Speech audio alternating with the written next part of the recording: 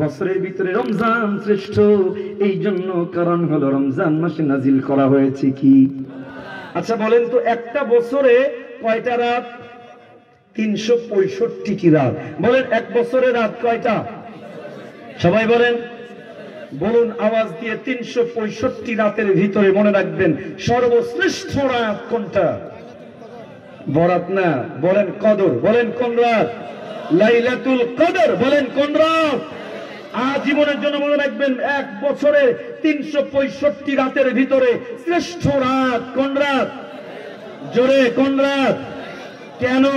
পড়েন আমার সাথে, ইন্না পড়েন, ইন্না আনজালনাহু ফি লাইলাতিল কদর ওয়া মা আদরাকা মা লাইলাতুল কদর লাইলাতুল কদরি খায়রুম মিন আলফি শাহর। আল্লাহ বলে কদরের রাত শ্রেষ্ঠ, এই জন্য আমি এই রাতে কোরআন নাযিল করেছি। কত শ্রেষ্ঠ! আল্লাহ বলেন কোরআন নাযিল করার কারণে এক রাতের দাম আমি আল্লাহ খায়রুম মিন আলফি শাহর, 1000 মাস গুণ দিয়া দেখবেন প্রায় 83 বছরের থেকেও আল্লাহ এক রাতকে দামি বানায়া দিয়েছে। এই ভাইরা আমাকে বলুন তাহলে রমজান বছরের ভিতরে শ্রেষ্ঠ মাস কেন?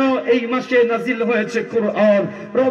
365 রাতের ভিতরে শ্রেষ্ঠ রাত লাইলাতুল কদর, কারণ এই রাতে নাজিল হয়েছে কোরআন। সাইয়্যিদুল আম্বিয়া, ষষ্ঠ নবী, এই জন্য তার উপরে কোরআন নাজিল হয়েছে। যেই জামাতের উপরে কোরআন নাজিল হয়েছে তারা গোটা পৃথিবীর ইতিহাসে শ্রেষ্ঠ জামাত, জামাতে সাহাবা। ভাই, যেই যুগে কোরআন নাজিল হয়েছে ওটা ইতিহাসের শ্রেষ্ঠ যুগ, খায়রুল কুরুনি করনি, ওটা ইতিহাসের শ্রেষ্ঠ যুগ। মানে কোরআনের সাথে যে লাগে, যে লাগবে তার দাম বাড়িয়ে দিবেন কে? জোরে বলেন কে? মাঝে মাঝে উদাহরণ দেই, ঘটনায় যেতে পারবো না, শুধু উদাহরণ দেই। মাঝে মাঝে আপনাদের সিলেটে উন্নত মানের সেগুন কাঠ কিংবা দামি কোনো কাঠ দিয়ে সোফা বানালেন, একেবারে হাই ডিজাইন করে অনেক লক্ষ লক্ষ টাকা খরচ করে। বলুন তো আপনারা, উন্নত ওই চেয়ারে সোফায় ইচ্ছায় অনিচ্ছায় অনেক সময় পা দিয়ে লাথি লাগে না, লাগে না? কখনো কি মনে হয় আরে এত দামি সোফায় লাথি মারলাম, একটু চুমু খাই, মনে হয়? কথা বলে না, হয়।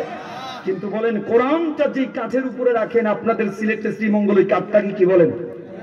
বলেন বলেন কি বলেন?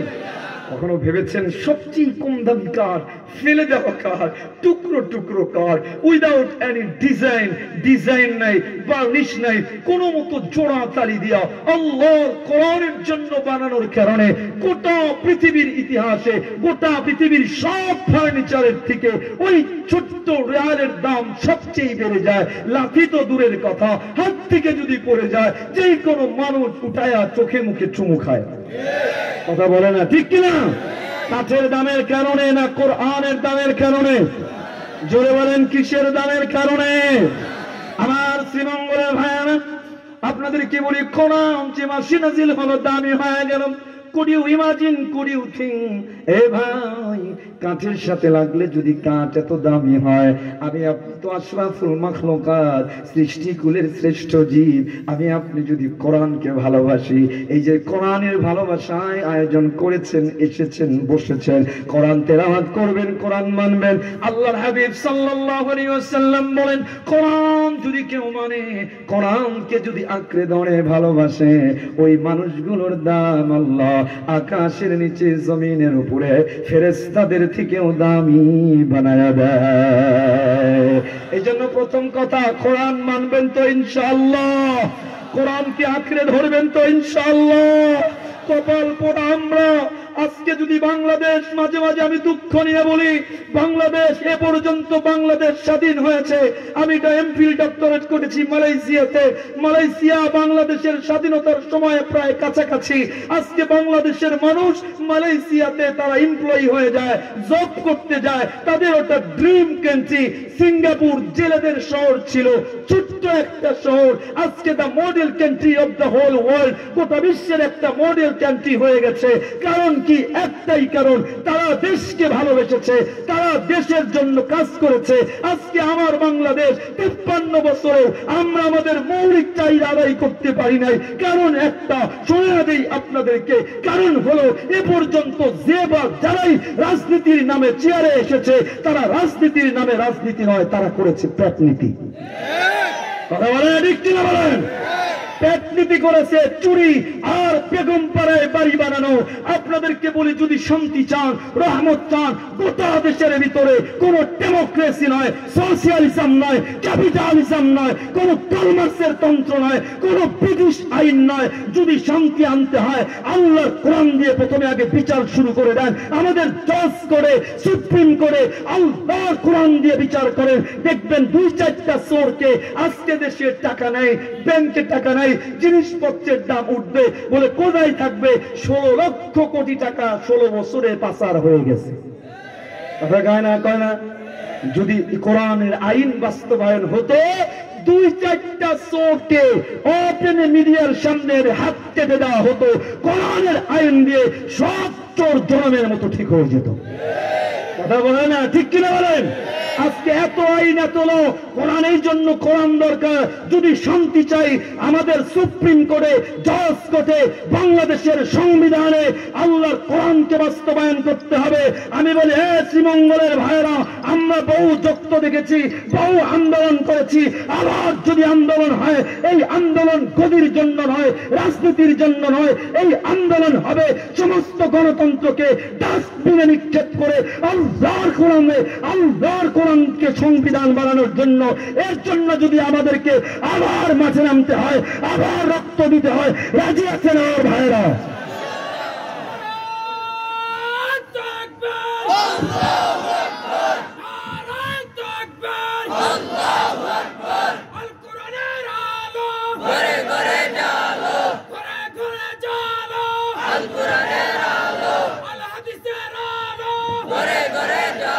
শুধু ঘরে নয়, 53 বছর তো ঘরেই জ্বালিয়েছেন। আওয়াজ তাকবীর হবে, সংসদে জ্বালো। কারণ কোরআন যদি সংসদে বসে, তাহলে নাস্তিক নূরের মতো নাস্তিকের বাচ্চারা আমার নবীকে গালি দেওয়ার সাহস পাবে না। কোরআন যদি সংসদে জ্বলে, তাহলে ওই আদালতে, চট্টগ্রামের আদালতের প্রাঙ্গণে আমার মুসলিম আইনজীবীকে ওপেনে হত্যা করার সাহস পাবে না। কোরআন যদি সংবিধানে জ্বলে, তাহলে আমার বোনেরা হিজাব পরে, বোরকা পরে ইউনিভার্সিটিতে লাঞ্ছিত হতে হবে না। এই জন্য তাকবীর হবে, সংসদে জ্বলো। জোরে আমার সাথে, আল কোরআনের আলো। সংসদে জোরে, আল কোরআনের আলো, আল হাদিসের আলো। ভাই, বাংলাদেশের আজ আপনাদেরকে একটা তথ্য দিয়ে আমাকে যদি কেউ বেদুদান দেন, আজ 53 বছরের বাংলাদেশের ইতিহাসে বাংলাদেশের লাল সবুজের পতাকা গোটা ওয়ার্ল্ডের ভিতরে, গোটা বিশ্বের ভিতরে বাংলাদেশকে তুলে ধরেছে। নায়কেরা নয়, খেলোয়াড়ের নয়, আমাদের টাইগারদের জন্য লক্ষ লক্ষ কোটি কোটি টাকা বাজেট দেওয়া হয়। কোটি টাকার বাজেট নিয়ে মাঠে গিয়ে টাইগার হয়ে যায়, বিড়াল হয়ে ফেরে। কথা হয় না, ঠিক কিনা? বাংলাদেশের লাল সবুজের পতাকাকে নায়ক বলেন, গায়ক বলেন, প্লেয়ার বলেন, লাল সবুজের পতাকাকে যতটা উড্ডীন করেছে, তার থেকে কয়েক হাজার গুণ বেশি আমার কোরআনের হাফেজেরা 176টা দেশের ভিতরে, 180টা দেশের ভিতরে প্রথম স্থান অর্জন করে, দ্বিতীয় স্থান অর্জন করে গোটা বিশ্বের ভিতরে লাল সবুজের পতাকা উড্ডীন করেছে। সম্মান আজকে রাষ্ট্রীয় ভাবে সম্মান তাদেরকে দেওয়া হয়। মাদ্রাসায় বাজেট নেই, ওলামা ইকরামের সম্মান নাই, বরং ওলামা ইকরাম বললেই কয়েকদের জেলে ঢুকাওয়ারা জঙ্গি। কথা কয় না, ঠিক কিনা বলেন? 15 বছরের তো কথা বললেই বলতে মৌলবাদ, সন্ত্রাসবাদ। কেন? হক কথা বললে চুরি বন্ধ হয়ে যায়, কোরআনের আইন বললে তারা চুরি, তাদের চুরি বন্ধ হয়ে যায়, তাদের ধর্ষণ বন্ধ হয়ে যায়, তাদের লুটপাট বন্ধ হয়ে যায়। মনে রাখবেন, কোরআনের আইন তারা চায় না যাদের ভিতরে চোরামি আর খারাপ অভ্যাস আছে। কথা বলে না, ঠিক কিনা বলেন? আল্লাহ আমাদেরকে বোঝার তৌফিক দিক, বলেন আমিন। ভাই, আমার কথা হয়, আমার কথা হয়, কোরআনের থেকে সত্য, কোরআনের থেকে দামি কোন কিতাব পৃথিবীতে আর হতে পারে? জোরে বলতে হবে পারে? দেখান না আমাকে, দেখান। আমি আমার এমফিলের সাবজেক্ট ছিল কম্পারেটিভ রিলিজিয়ন। এই মালয়েশিয়াতে ইন্টারন্যাশনাল একটা কনফারেন্সে আমার সামনে হিন্দু, বৌদ্ধ, খ্রিস্টান, ইহুদি সবাই বসা। আমি তাদেরকে চ্যালেঞ্জ দিয়েছিলাম, এ খ্রিস্টান ভাইরা, আপনারা আপনাদের ধর্মের কথা প্রচার করেন। এমনকি আমার দেশে গিয়েও পার্বত্য চট্টগ্রামে আর অধিকাংশ অনেক প্রোগ্রাম হয় চট্টগ্রাম, পার্বত্য চট্টগ্রামে। ওই পার্বত্য চট্টগ্রামে খ্রিস্টানরা মুসলমানদেরকে খ্রিস্টান বানানোর ষড়যন্ত্র করে। আমি ওই দিন সব ওপেন চ্যালেঞ্জ দিয়েছিলাম সব ধর্মের মানুষদেরকে। I can challenge you, I can challenge everybody. The only one true religion is Islam. The only one true religious book is Quran. গোটা পৃথিবীর ভিতরে একমাত্র সত্য ধর্ম ইসলাম, সত্য কিতাব আল কোরআন। বলেন কি? জোরে বলেন কি? একটা ছোট্ট পয়েন্ট মাথায় ঢুকায় রাখবেন। আমি খ্রিস্টানদেরকে চ্যালেঞ্জ দিয়েছিলাম, এ খ্রিস্টান ভাইরা, গোটা পৃথিবীতে খ্রিস্টানদেরকে বলেছিলাম কপি অফ ইনজিল। খ্রিস্টানদের বর্তমান কিতাবের নাম হলো বাইবেল। বাইবেল ও দি ওল্ড নিউ টেস্টামেন্ট, এটার অরিজিনালের নাম হলো ইনজিল। নাজিল হয়েছে নবী ঈসা আলাইহিস সালামের উপরে। আমি খ্রিস্টানদেরকে এখনো চ্যালেঞ্জ দিচ্ছি, আপনাদের মাধ্যমেও চ্যালেঞ্জ দিচ্ছি। আমি বলেছিলাম, এ খ্রিস্টান ভাইরা, গোটা পৃথিবীর খ্রিস্টানরা মিলে give me one copy of ইনজিল অরিজিনালি। আপনারা আমাকে আপনাদের কিতাবের একটা অরিজিনাল কপি দেখান যেইভাবে নাজিল হয়েছে।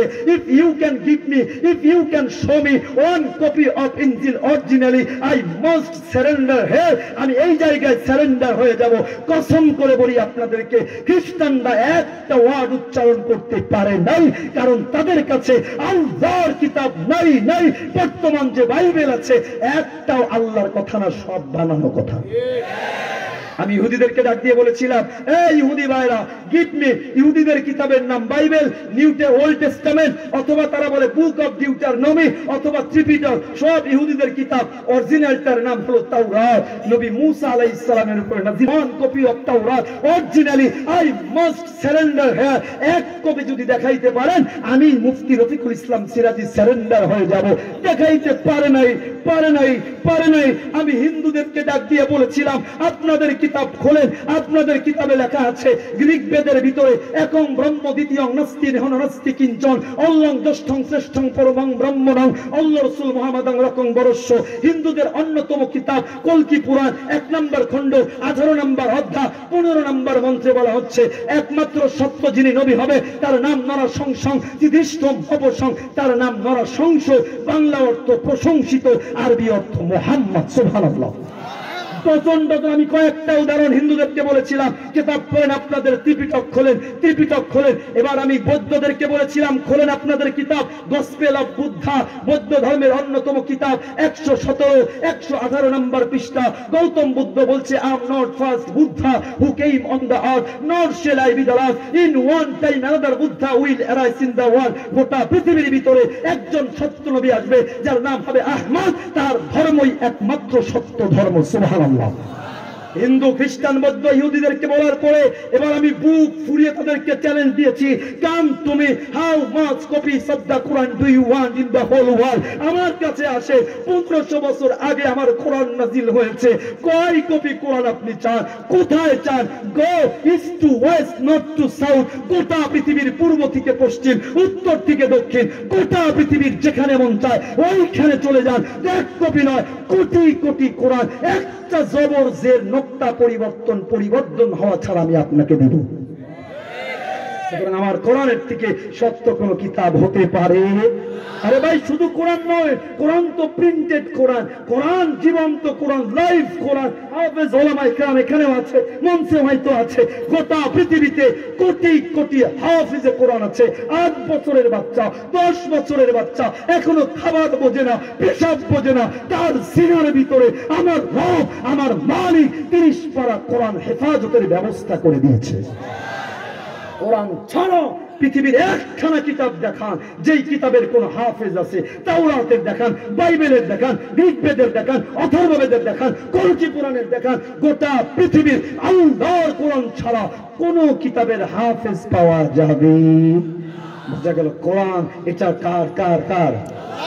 আমার কোরআন দিয়ে কোরআনকে আঁকড়ে ধরবেন। আপনি যদি আপনার জীবনের শান্তি চান, রহমত চান, আপনাদেরকে বলে যায়, 2টা অনুরোধ করতে চাই। আপনি আপনাকে মডার্ন মনে করেন, আপডেট মনে করেন, নিজেকে কোরআন থেকে দূরে সরায় আর শান্তি খোঁজেন, কসম দিয়া বলি আপনার অনেক বড় বাড়ি থাকতে পারে, আপনার অনেক গাড়ি থাকতে পারে, আপনার অনেক ডিগ্রি অর্জন করতে পারেন, কিন্তু আপনি না দুনিয়ার আসল শান্তি পাবেন না পরকালে মুক্তি পাবেন। যদি শান্তি চান, স্ট্যাটাস চান, কোরআন দিয়ে নিজেকে রঙ্গান। What do you want in your life? How much do you want in your life? আমার যুবকেরা, তরুণেরা, কি চাও তোমরা? কত চাও? কোরআন দিয়ে নিজেকে রঙ্গায় নাও। চাওয়ার থেকে আল্লাহ হাজার গুণ বেশি দুনিয়াতে দিবে, মরার সাথে সাথে আল্লাহ জান্নাত দিয়ে দিবে। ইন্দোনেশিয়াতে আমি একটা প্রোগ্রাম